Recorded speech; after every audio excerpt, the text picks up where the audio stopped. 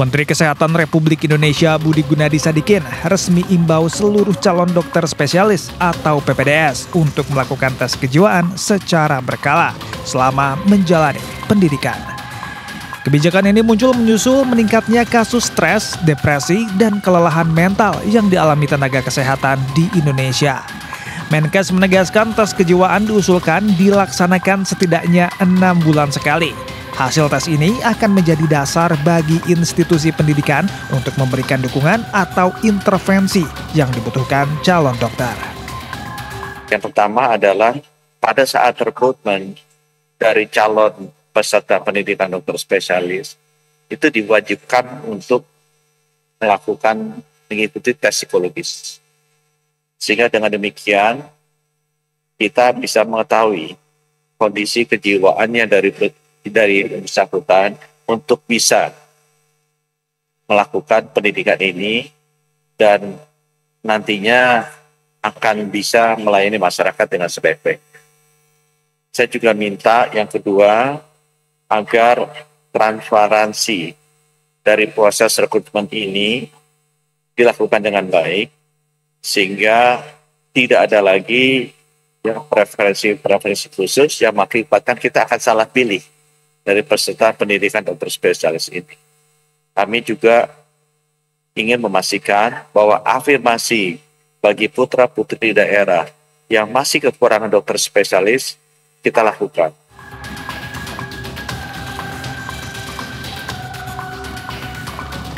Di dalam negeri, survei terbaru Perhimpunan Dokter Spesialis menunjukkan lebih dari 30% dokter muda pernah mengalami gejala gangguan mental selama masa pendidikan. Menteri Kesehatan menjelaskan dengan tes psikologis rutin, deteksi dini terhadap masalah kesehatan jiwa dapat dilakukan. Dengan demikian, intervensi seperti konseling atau terapi dapat diberikan sejak awal, sehingga mengurangi resiko masalah yang lebih serius. Langkah ini diharapkan mampu meningkatkan kualitas pendidikan dan layanan kesehatan, serta melindungi pasien dari kesalahan medis akibat tekanan psikologi dokter. Kemenkes juga berharap dengan dukungan kebijakan ini, konsep kesehatan holistik bagi tenaga medis dapat diwujudkan. Organisasi dokter dan institusi pendidikan diundang untuk bersinergi dalam pelaksanaan tes dan penanganan hasilnya. Sebagian kalangan menyambut positif kebijakan ini, namun ada juga yang meminta pelaksanaan yang transparan dan tidak diskriminatif. Kebijakan ini merupakan langkah strategis dalam mewujudkan SDM kesehatan yang profesional dan sehat secara mental di Indonesia. Namun, akankah kebijakan ini benar-benar mampu menjawab permasalahan kesehatan mental tenaga medis di tanah air hingga menurunkan risiko potensi kekerasan seksual yang dilakukan oleh dokter?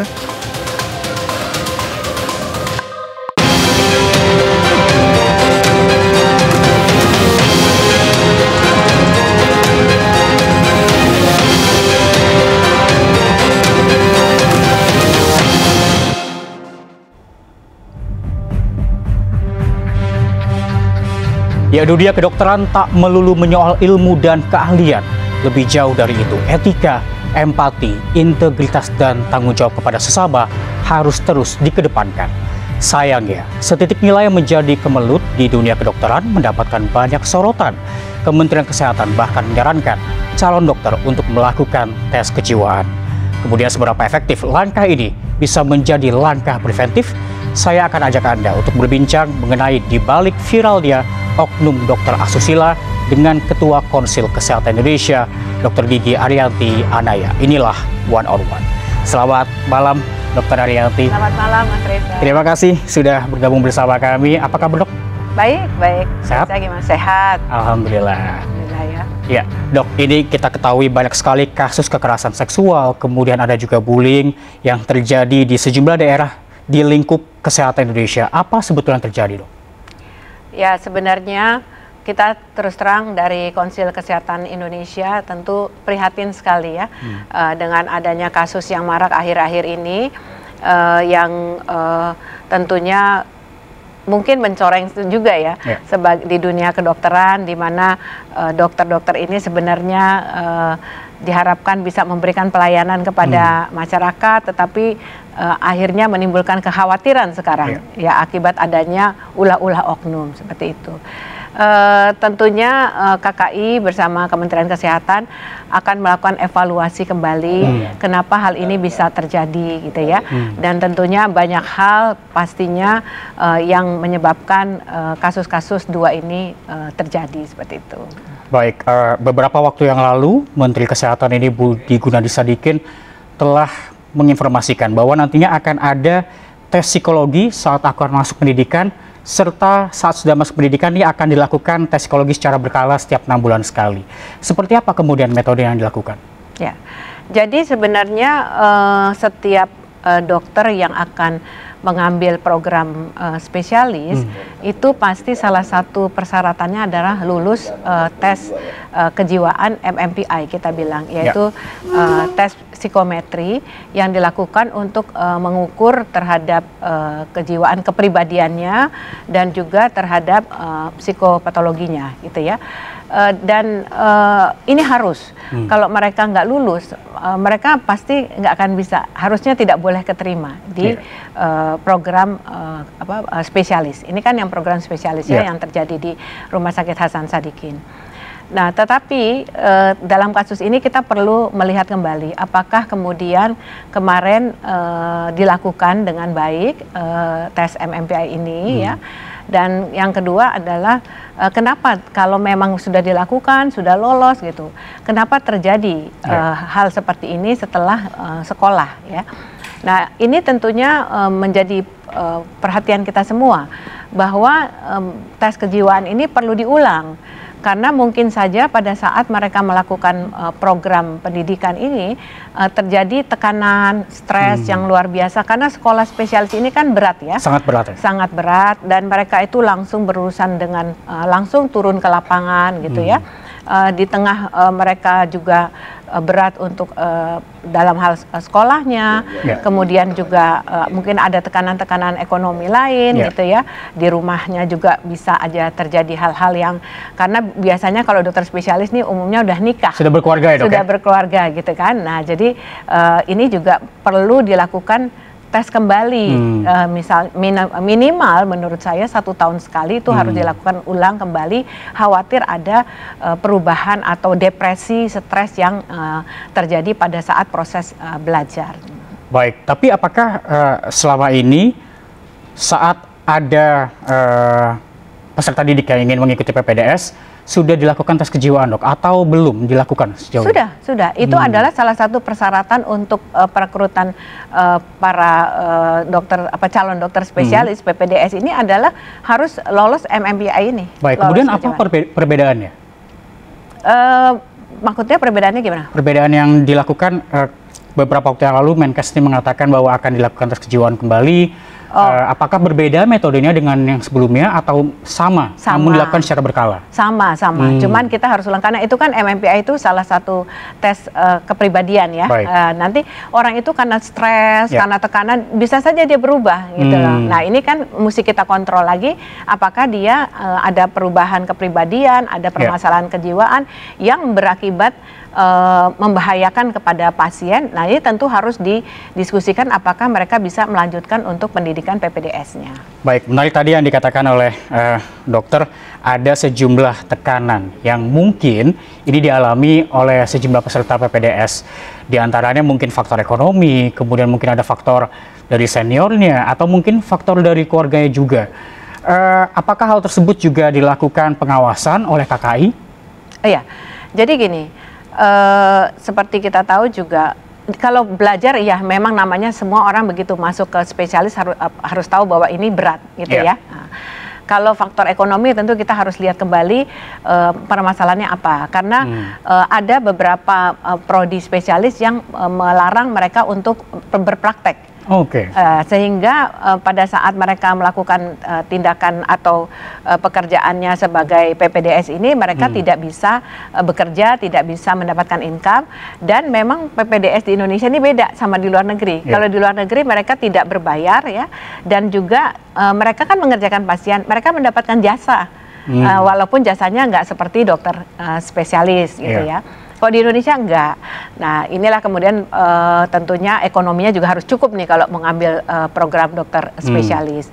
Nah, kemudian juga kita juga mendengar faktor di mana senioritas dan junioritas yang terjadi di beberapa prodi, walaupun tidak kita bilang di semua ya, ini sedang dilakukan penelitian.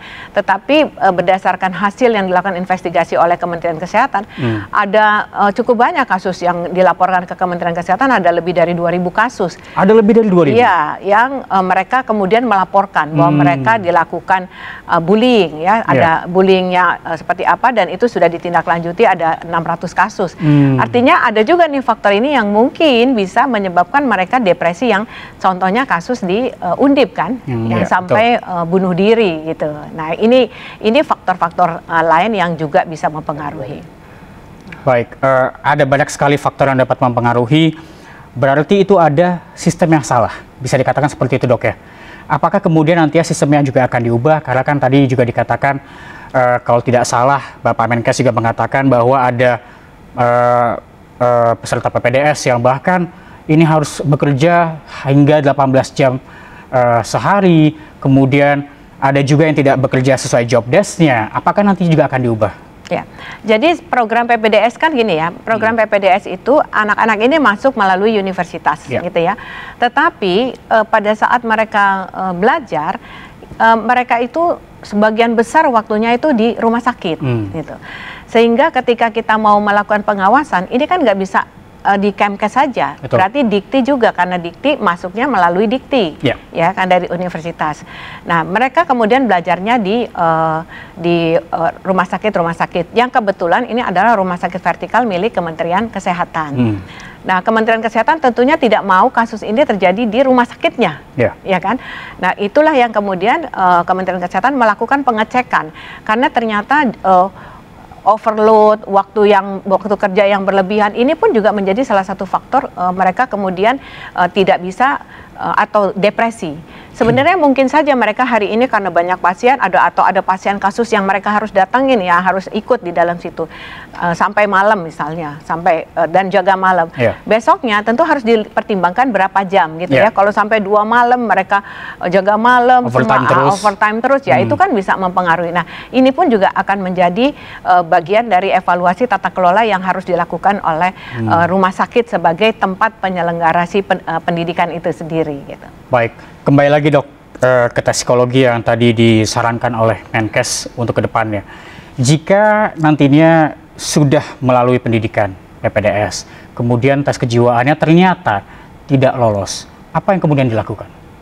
Harusnya mereka dikembalikan lagi ke universitas. Kalau memang tes kejiwaannya tidak lolos ya, mereka harus dikembalikan ke universitas untuk didiskusikan apakah bisa lanjut atau tidak. Paling nggak harus diobatin dulu stresnya, ya kan? Dan rumah sakit itu harus bertanggung jawab atau aware dengan hal seperti itu, karena mereka bekerjanya di rumah sakit. Betul. Berhadapan dengan pasien, keluarga pasien gitu. Jadi itu yang menjadi concernnya Pak Menteri, karena kalau memang tidak layak untuk jadi PPDS, maka dia harus dikembalikan ke universitas. Baik, kalau nilai akademik ini bisa direvisi gitu, bisa remedi gitu Bu ya. Berarti untuk tes psikologi juga bisa remedial begitu Bu ya? Ya, bisa dites ulang kembali setelah gitu kan? Menjalani PPDS ya, gitu. Apakah ini, dan perlu dipertimbangkan kalau ternyata loh ini ada perubahan, ada kejiwaan. Karena walaupun dipaksakan, ketika dia nanti jadi dokter kan membahayakan pasiennya terus gitu loh, ya kan? Baik, Dok, hingga saat ini ada berapa Dok yang sudah ditutup untuk melakukan proses penyelidikan? Dilakukan penyelidikan maksudnya? Kalau untuk kasus ini yang sekarang sedang berjalan adalah yang di Hasan Sadikin dan di Garut, ya. Tetapi kalau kasus-kasus bullying yang dilakukan oleh Kementerian Kesehatan sudah ada 600 yang sudah ditindaklanjuti, ya. Tentunya kalau memang ini dianggap ada pelanggaran terhadap profesionalisme atau pelanggaran etik yang menyebabkan nantinya berdampak terhadap mutu dan kualitas pelayanan yang diberikan, maka KKI akan melakukan upaya atau melakukan tindakan pembekuan sementara terhadap STR-nya untuk dilakukan evaluasi. Baik, pembekuan STR sementara itu dilakukan hingga sampai kapan Dok? sampai kemudian dianggap ini layak atau nggak layak. Jadi bisa saja pembekuan ini nanti kemudian dibuka kembali, karena kalau mereka jadi PPDS, mereka mendapat STR sebagai PPDS, sehingga mereka boleh bekerja. Nah, ini akan direview apakah kemudian mereka sudah sehat, dianggap MMBI-nya udah oke, mereka bisa saja lanjut. Tetapi kalau kemudian dianggap tidak, ya sudah, berarti STR-nya harus dicabut. Baik, yang kembali menarik dok, saat salah satu terduga pelaku bullying di Undip, ini informasinya lulus pada tahun ini dan mendapatkan STR. Betul hal tersebut dok? Jadi gini, ini yang kemudian ada sedikit miss ya, karena Kementerian Kesehatan sudah memberikan laporan ke Undip gitu ya, bahwa ini benar ada kasus dan ini sudah sampai ke ranah hukum ya. Betul. Gitu. Tetapi kita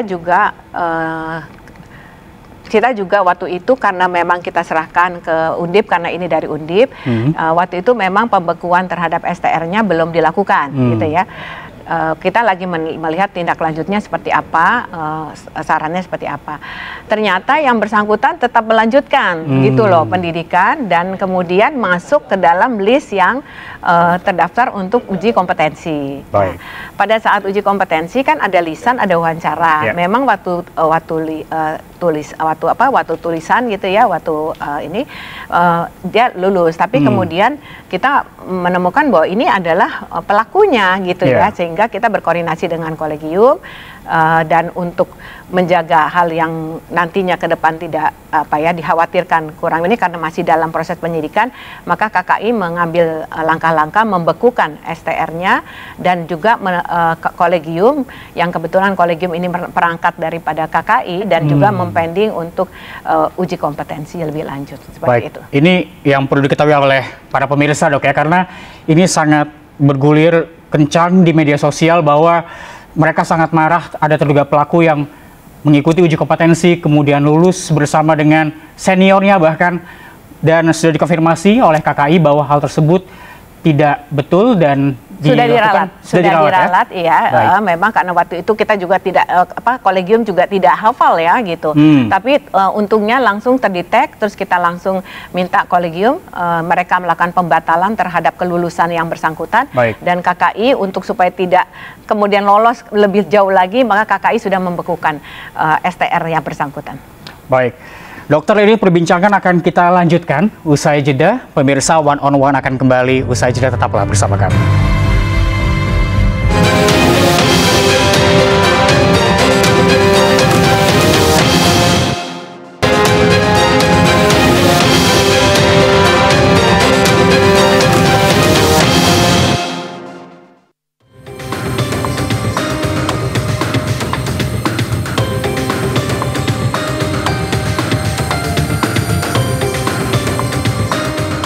Berdasarkan sejumlah kasus pelecehan yang melibatkan dokter di berbagai daerah, pemerintah mendorong adanya mekanisme pelaporan yang jelas bagi korban. Pasien yang mengalami pelecehan bisa melaporkan langsung ke manajemen rumah sakit atau klinik tempat dokter bekerja. Pihak rumah sakit wajib menindaklanjuti setiap laporan dengan membentuk tim khusus dan melakukan investigasi internal. Jika korban tidak mendapatkan keadilan di level rumah sakit, laporan bisa dilanjutkan ke organisasi profesi seperti Ikatan Dokter Indonesia atau Majelis Kehormatan Etik Kedokteran. Korban juga bisa mengajukan aduan ke Dinas Kesehatan atau langsung ke Kementerian Kesehatan melalui kanal pengaduan resmi. Untuk kasus yang masuk ranah pidana, korban dianjurkan melapor langsung ke kepolisian. Polisi akan melakukan penyelidikan termasuk pemeriksaan saksi dan pengumpulan bukti. Sejumlah lembaga seperti Komnas Perempuan, Lembaga Bantuan Hukum, serta layanan Sapa 129 juga siap memberikan pendampingan hukum dan psikologis bagi korban. Dalam menjalankan profesinya, dokter telah nyatakan ikrarnya dalam Sumpah Dokter. Sumpah ini berlandaskan nilai kemanusiaan, profesionalisme, dan tanggung jawab sosial.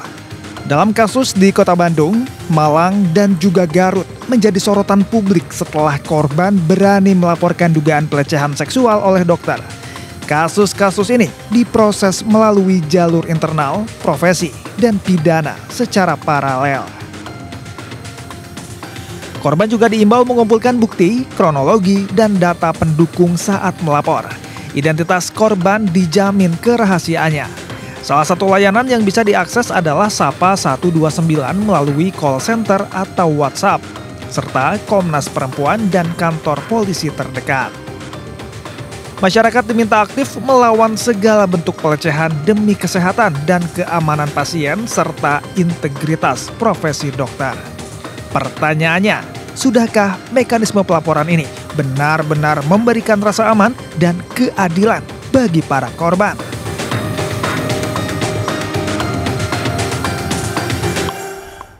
Baik, terima kasih Anda masih bersama kami. Dan dokter, tadi kita sudah melihat mekanisme pelaporan. Ini juga perlu diketahui oleh para masyarakat. Sebetulnya seperti apa? Bagaimana alur mekanisme pelaporan korban ini terhadap KKI? Apakah bisa tanpa rumah sakit ataupun institusi?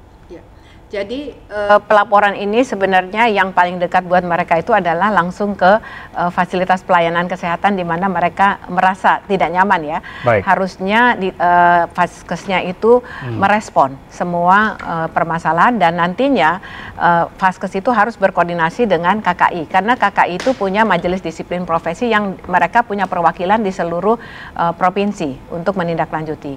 Tetapi kalau merasa bahwa kemudian mereka kurang mendapatkan respon gitu, atau mereka merasa bahwa rumah sakit ini kayak menutup-nutupi gitu kan, bisa aja ya gitu ya. Mereka bisa langsung mengajukan atau melaporkan ke Kementerian Kesehatan atau ke KKI.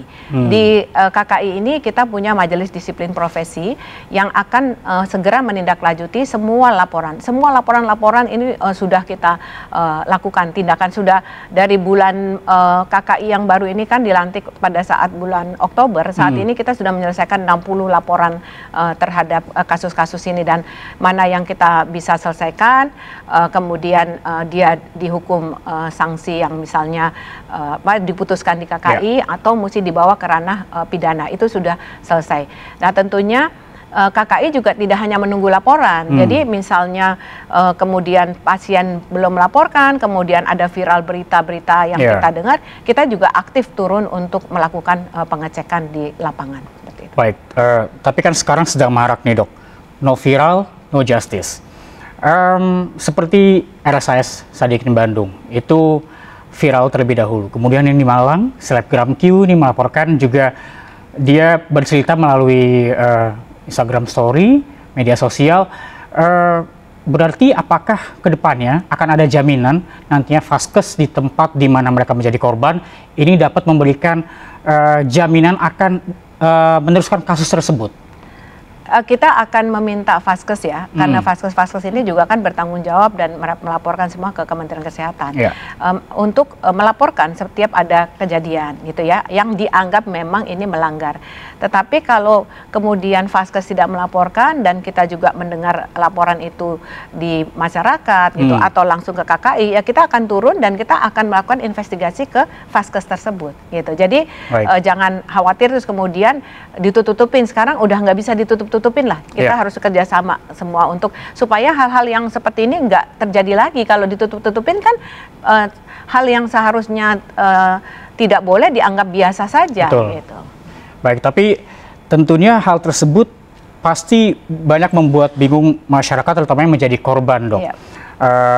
Mereka ingin melaporkan ke Vaskes terlebih dahulu, namun ada, misalkan katakanlah ada Vaskes yang tidak meneruskan laporannya, kemudian ada yang harus ke KKI terlebih dahulu. Apa kemudian jaminan dari KKI, mungkin bekerja sama juga dengan pemerintah, agar Vaskes ke depannya ini lebih mementingkan korban ke depannya?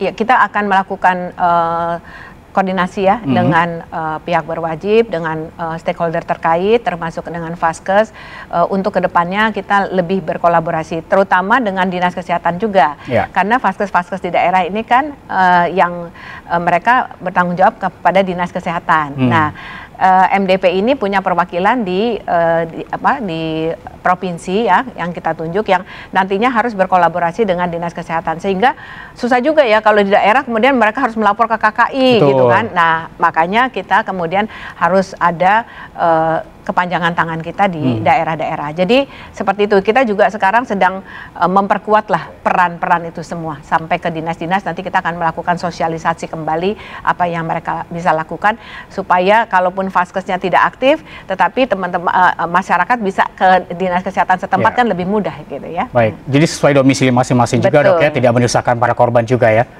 Kemudian ke depannya dok, pasti banyak juga ada korban yang tidak melaporkan karena takut identitasnya ketahuan oleh keluarganya atau mungkin teman dan juga keluarganya yang lain. Apa jaminan identitas korban ini tidak diketahui saat melapor? Untuk yang kasus-kasus malpraktek ini, tentunya kita akan menanyakan ya kepada pasien apakah kemudian mereka mau menyampaikan ataukah mereka maunya ditutupi gitu ya. Tentu kita harus tetap menjaga kerahasiaan terhadap pasien ini gitu ya. Seperti kasusnya Garut kan juga kan kita tutupin walaupun dia pakai CCTV karena kan ada beban mental ya, malu apa seperti itu gitu ya. Itu kita pasti akan menjamin kerahasiaan itu. Berarti tidak usah khawatir ya untuk para masyarakat yang menjadi korban ini nantinya bisa melapor ke domisili masing-masing. Tentunya nanti KKI juga Kemenkes akan berkoordinasi juga dengan dinas kesehatan masing-masing provinsi dan juga kabupaten kota untuk nantinya masyarakat ini dapat lebih mudah melaporkan kejadian terjadi di fasilitas kesehatan ya dok ya. Dan kemudian bagaimana dok perlindungan hak dan juga privasi korban serta saksi selama proses penanganan kasus? Untuk penanganan kasus tentunya selama itu masih masuk. Jadi gini, di undang-undang udah disampaikan bahwa nantinya ada di KKI itu ada majelis disiplin profesi. Mereka akan melakukan investigasi terhadap kasus-kasus yang terjadi, yang dilaporkan gitu ya. Kemudian nanti setelah dilakukan investigasi dan itu kita akan bekerja sama dengan kolegium karena kita mau ngelihat nih bener nggak ini melanggar standar, karena kan ada standar kompetensi, standar pelayanan yang harus dilakukan gitu ya. Nah ini kemudian standar profesi, jika ternyata ada pelanggaran-pelanggaran di situ maka itu pun kita akan putuskan apa kemudian sanksinya adalah sanksi terhadap STR-nya atau pidana. Kalau pidana maka baru kita bawa ke institusi Polri. Baik, dok, kemudian bagaimana KKI juga memastikan ini adanya keadilan dan juga transparansi baik kepada pelapor dan juga terlapor? Harusnya sekarang kita sudah harus mulai seperti itu ya. Saya berharap dengan adanya kasus ini kepercayaan masyarakat juga, walaupun berita ini sebenarnya tidak menyenangkan, tetapi juga dengan tindakan yang kita lakukan dan media massa yang luar biasa, kita sampaikan bahwa apa-apa yang sudah kita lakukan, KKI sudah melakukan pencabutan STR atau penonaktifan gitu ya, STR, kemudian bergerak ke ranah Polri juga, mereka juga sudah menindaklanjuti.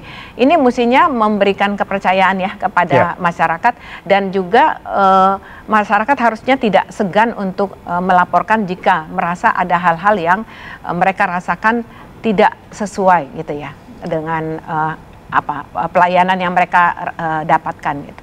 Baik, berarti bisa digarisbawahi masyarakat baik bukan yang menjadi korban ini bisa mengawal kasus yang sedang terjadi dok ya, sama-sama mengawal sudah sejauh mana, dan tentunya juga berharap bahwa kasus yang terjadi ini dapat dilakukan seadil-adilnya.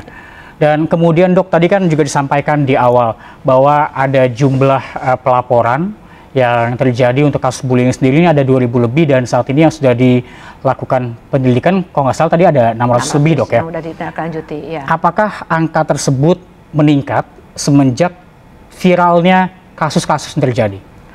Sebenarnya Kementerian Kesehatan sudah melakukan upaya untuk mencegah bullying nih khususnya ya. Kalau yang tadi kasus itu sudah 2-3 tahun yang lalu gitu.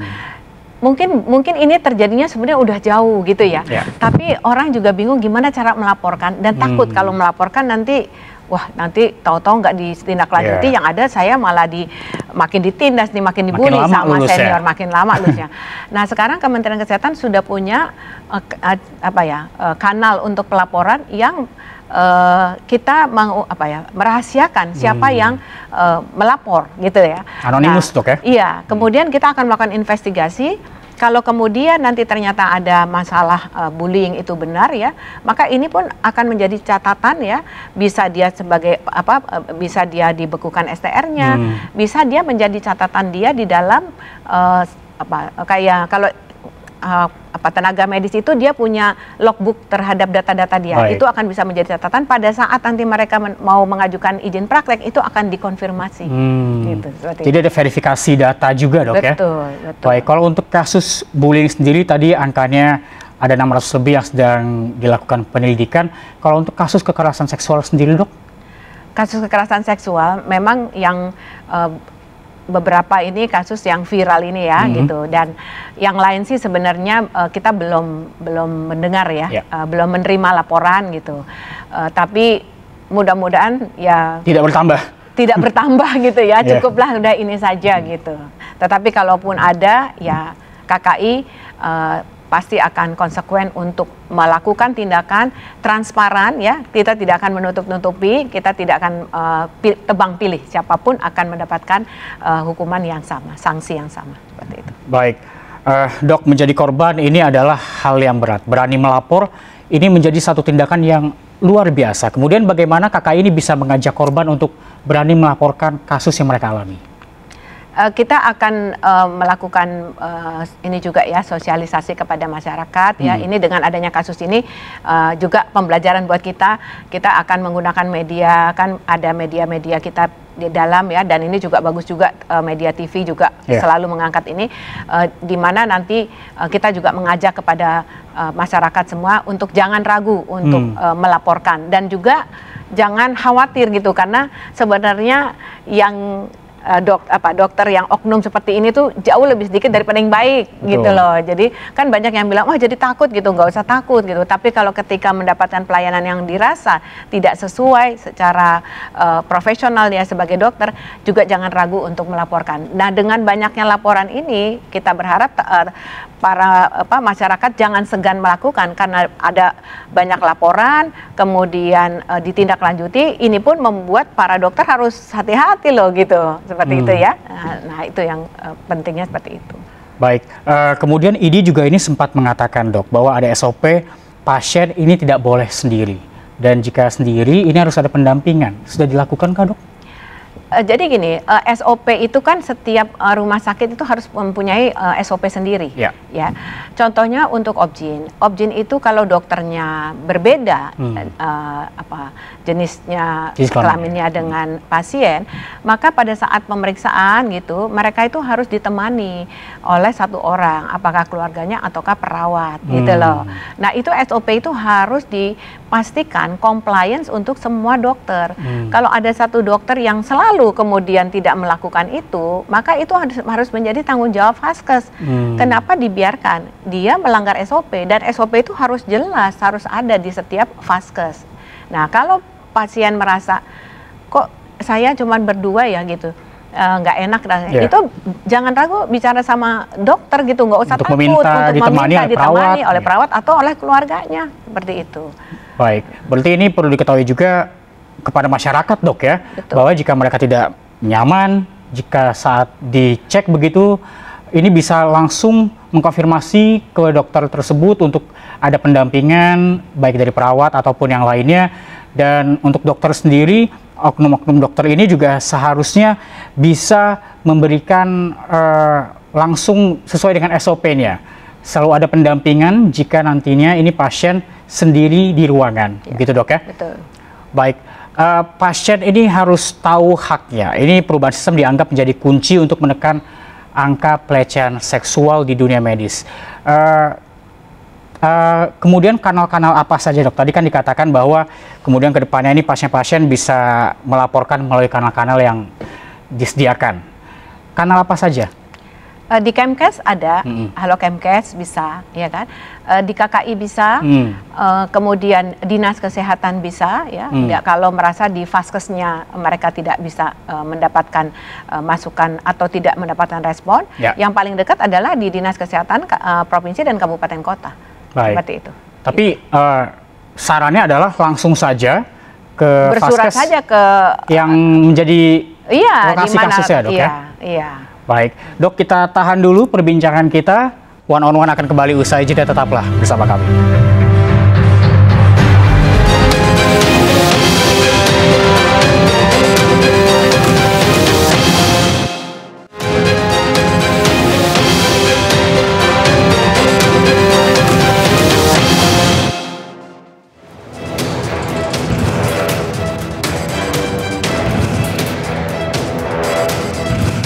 Dalam sejumlah kasus pelecehan hingga perundungan yang menjadi kabut kelam dalam dunia medis, dokter yang terbukti melakukan pelanggaran terancam sanksi profesi berat dari lembaga terkait. Konsil Kedokteran Indonesia atau KKI menegaskan, surat tanda registrasi dan surat izin praktik dokter yang jadi tersangka akan dicabut seumur hidup. Dokter tersebut tidak lagi memiliki hak untuk berpraktik di Indonesia. Nah, kasus yang di Garut ini karena menyangkut, kalau yang di Hasan Sadikin ini kan lebih ke arah tindak pidana, ya, gitu. Tetapi kalau yang di Garut ini adalah diawali dengan etika profesi yang dilanggar oleh dokter tersebut. Nah, untuk itu MDP sudah melakukan investigasi ke lapangan karena harus ditangani oleh Majelis Disiplin Profesi. Kemarin malam mereka sudah melaporkan, ternyata hasil investigasinya ada tindak pidana yang dilakukan, ya, sehingga kemudian disampaikan ke pihak berwajib untuk ditindaklanjuti dan juga sudah disampaikan ke kami, ke konsil, sehingga untuk melakukan perlindungan kepada masyarakat, maka STR yang bersangkutan, dokter yang bersangkutan sudah kami nonaktifkan untuk sementara sampai menunggu dari dari penegak hukum. Nantinya akan kita lanjutkan ke tahap selanjutnya, tentu ini kami masih menunggu. Ikatan Dokter Indonesia atau IDI juga memberikan sanksi etik terberat berupa pencabutan keanggotaan secara permanen. Sanksi ini membuat dokter tidak lagi diakui sebagai anggota profesi dan tidak bisa memperpanjang izin praktik. Organisasi profesi spesialis seperti POGI menyatakan tidak akan mentoleransi pelanggaran etika dan akan memberikan sanksi tegas kepada anggotanya yang melanggar. Proses sidang etik juga dilakukan oleh Majelis Kehormatan Etik Kedokteran untuk memutuskan sanksi yang layak. Di luar sanksi profesi, dokter yang menjadi tersangka juga akan menjalani proses hukum pidana. Mereka bisa dijerat Undang-Undang Tindak Pidana Kekerasan Seksual dengan ancaman hukuman maksimal 12 tahun penjara. Sanksi profesi dan pidana ini diharapkan dapat memberikan efek jera dan menjaga integritas serta kehormatan profesi dokter di Indonesia. Namun, apakah sanksi saja cukup untuk menekan tingkat kekerasan seksual yang dilakukan dokter terhadap pasien, atau harus ada perubahan fundamental untuk bisa mengembalikan marwah para dokter?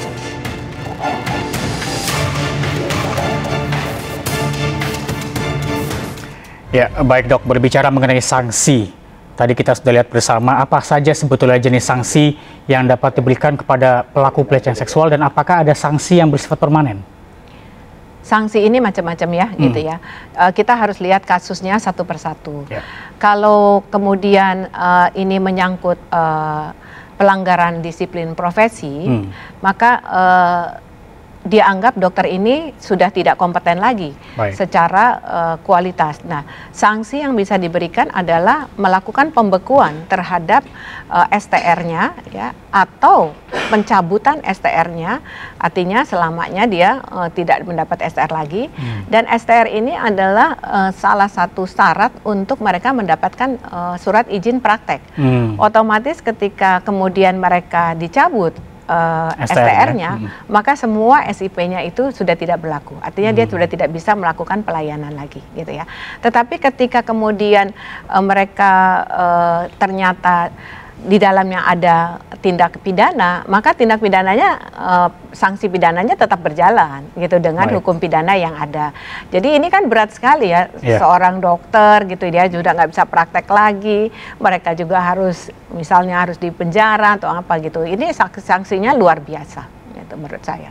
Baik, berarti sanksi administratif dilakukan, kemudian dilakukan penyelidikan, jika ada sanksi pidana juga tetap dilakukan. Tetap dilakukan. Kalau kita lihat dok, yang terjadi di Garut, yang terjadi di Bandung, kemudian di Malang, ini kan sudah sangat jelas dok pelanggarannya, termasuk sanksinya juga sudah jelas. Apakah ada prosedur lain yang harus dilalui? Kalau pidananya udah jalan kan, kalau yang di Bandung sama yang di Garut ya. Kalau STR-nya itu sudah kita bekukan, yang di Hasan Sadikin sudah kita ini, dan kita langsung berkoordinasi juga dengan Dinas Kesehatan untuk mencabut semua SIP-nya. Otomatis ya sudah selesai dan tinggal kita menunggu pidananya seperti apa. Kalau dari KKI tentu sampai sebatas itu yang kewenangan kita. Baik, berarti bisa dibilang kalau dari KKI sendiri wewenangnya adalah tidak menerbitkan STR ya. Sehingga tidak bisa keluar dari SIP-nya, tidak bisa praktek.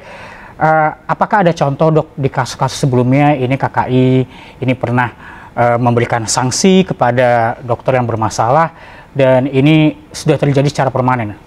Sudah banyak ya, cuman nggak viral aja gitu ya.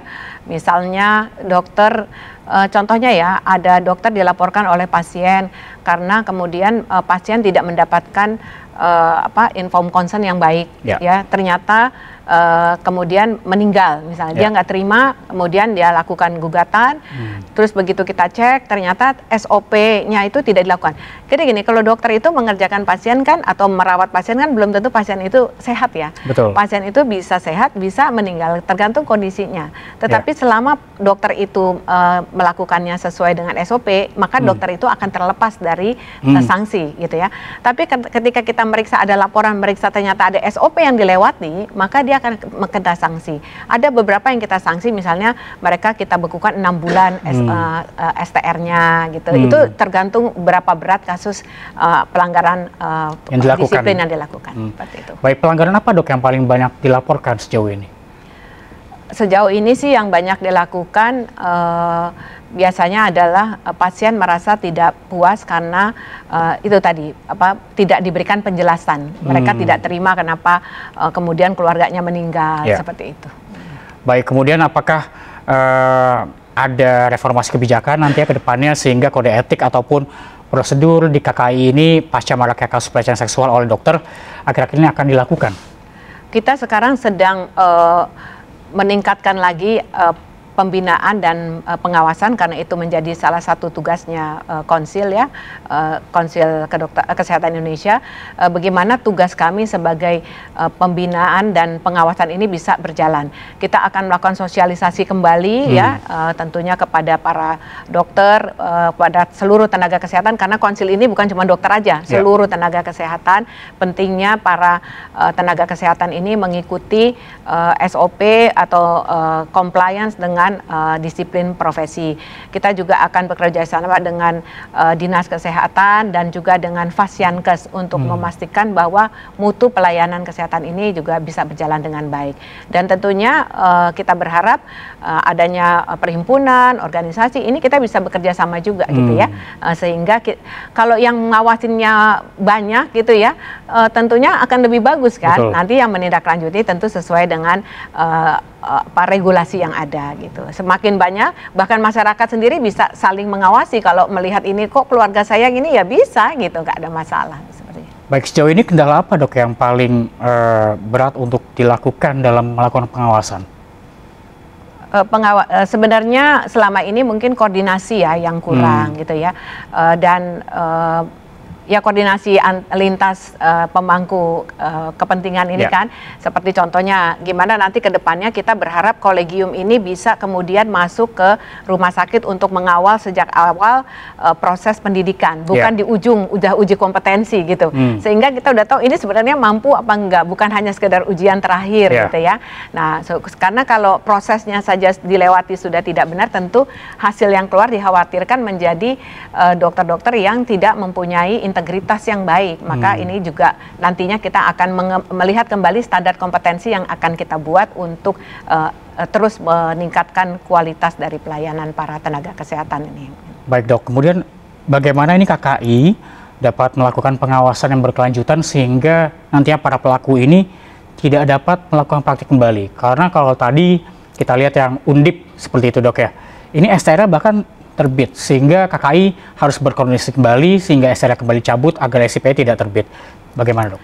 Sebenarnya kalau Undip itu bukan STR-nya terbit, STR yang dia punya itu kemudian belum disampaikan, kan KKI kan belum tahu kasusnya itu, sehingga kita belum melakukan tindakan, kita masih menunggu investigasi. Tapi sudah mengikuti uji kompetensi saat itu ya? Nah pada saat ini mereka sedang berproses, tiba-tiba anak ini mengikuti uji kompetensi gitu loh. Nah kita belum mendapatkan laporan lengkap. Jadi begitu kemudian ada kasus ini, kita minta laporan lengkap dari inspektorat di Kementerian Kesehatan.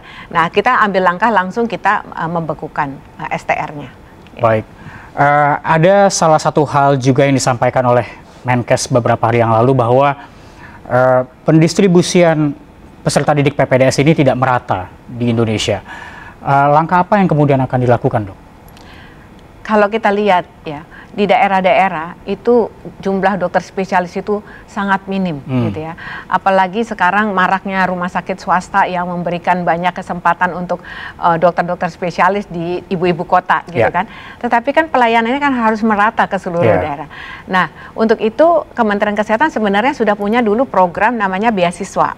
Jadi anak-anak direkrut beasiswa, tapi kamu bikin perjanjian ya, begitu selesai nanti 2 tahun ditaruh di daerah-daerah yang kosong yang dibutuhkan. Tapi kalau ini anak Jakarta, anak ibu kota, oh oke, dia mau gitu ya. Tapi 2 tahun saya balik lagi gitu, karena itu bukan daerah saya, ya kan? Atau bahkan banyak yang lari. Jadi kita nyariin mana, kita akhirnya minta didenda, dia mesti balikin gitu ya. Nah seperti itu. Malah jemput bola dok ya? Iya, terus itu kan susah sekali gitu ya. Nah akhirnya kita waktu itu berpikir, oh memang harusnya kita harus merekrut dari daerah itu. Karena kalau anak-anak dokter-dokter yang ada di daerah itu kemudian disekolahkan spesialis, dibalikan ke sana, dia juga males lah kalau misalnya orang Papua tuh suruh ke Jakarta gitu kan. Ya kalau bisa dia di daerah situ, keluarga di situ, dia pasti akan retensinya akan lebih baik. Nah itulah kemudian Kementerian Kesehatan membuka program baru untuk spesialis hospital based namanya ya. Banyak di daerah ini anak-anak yang mau sekolah spesialis tapi nggak punya uang juga. Karena sekolah spesialis itu mahal gitu ya. Nah begitu diadu, mereka ngambil beasiswa, mereka kalah lagi sama anak Jakarta gitu loh. Jadi akhirnya sekarang enggak, kita merekrut memang anak daerah, tetapi standarnya tetap memenuhi standar yang harus standar nasional yang diinin, tapi tidak dilombakan dengan anak Jakarta gitu ya. Tetapi dia harus mencapai standarnya yang sebagai PPDS. Kemudian nanti mereka diberikan, mereka tidak berbayar gitu, bahkan mereka diberikan jasa setiap bulan terhadap jasa mereka bekerja. Pada saat nanti mereka selesai, maka mereka akan dikembalikan lagi ke daerah itu, dan kita berharap itu retensinya akan lebih baik, dan dokter-dokter yang dipilihnya juga disesuaikan. Misalnya di daerah sini belum ada spesialis bedah, maka kita utamakan yang bedah yang kita rekrut. Di situ kita ngelihat peta, karena Kementerian Kesehatan itu udah punya peta di mana daerah-daerah yang kosong. Spesialis apa yang kosong di daerah A? Daerah B begitu dok ya? Bayangin ada satu daerah tuh punya dokter bedah tapi nggak punya anestesi. Nah, kan nggak bisa juga kerja. Ada punya anestesi, nggak ada dokter bedah. Ya? Iya gitu. Nah itu, jadi itu yang dilakukan Kementerian Kesehatan. Nah ternyata kita pas merekrut itu yang ini batch pertama, bagus-bagus, banyak yang pinter, dan mereka sampai terharu lah, mereka punya kesempatan untuk bisa menjadi. Berarti bisa dikatakan kebijakan tersebut berhasil dok ya? Iya, sangat bagus, dan untuk akreditasinya juga kita menggunakan akreditasi dari US ya, supaya jangan dianggap bahwa ini standarnya lebih rendah, enggak gitu. Baik dok, pertanyaan terakhir, apa kemudian langkah yang akan diambil KKI untuk memulihkan kepercayaan masyarakat terhadap profesi dokter? Saya selalu menyampaikan kepada masyarakat ya, setiap kali bahwa dokter yang baik itu lebih banyak daripada oknum. Ini kan oknum ya, gitu ya. Jadi jangan khawatir bahwa ini masih banyak dokter. Bahkan ada dokter ya yang Mas Reza ya, yang nggak mau dibayar, yang dia keliling dari satu pulau ke satu pulau, dia nggak mau dibayar gitu. Itu juga banyak. Jadi banyak yang dokter yang baik. Nah, tetapi tentunya kita sebagai masyarakat harus terus memberikan pengawasan kepada pelayanan yang diberikan, sehingga kalau ada oknum-oknum gini kita cepat bisa laporkan, sehingga bisa tidak banyak korban yang kemudian menjadi korban oknum ini. Tetapi percayalah Pak, masyarakat harus percaya bahwa dokter yang baik itu jauh lebih banyak. Gitu. Baik, berarti masih banyak dokter yang di jalan yang lurus membantu masyarakat, dan kemudian juga KKI dan juga Kementerian Kesehatan tidak tinggal diam karena akan kedepannya melakukan pengawasan yang lebih agar kasus serupa tidak terjadi kembali. Terima kasih Dr. Gigi Arianti Anaya, Ketua Konsul Kesehatan Indonesia. Terima kasih banyak. Ya, makasih Mas Reza. Terima kasih, selamat malam Dok. Dan pemirsa, kita harus percaya bahwa setiap luka akan berangsur sirna. Sudah seharusnya dunia kedokteran ini menyembuhkan, bukan menumbuhkan luka. Karena harapan lewat perawatan adalah hak semua jiwa. Terima kasih sekali lagi Dr. Gigi Arianti Anaya, Ketua Konsil Kesehatan Indonesia, telah bergabung bersama kami. Dan pemirsa, saya Reza Siregar pamit. Terima kasih dan sampai jumpa dalam One on One episode selanjutnya.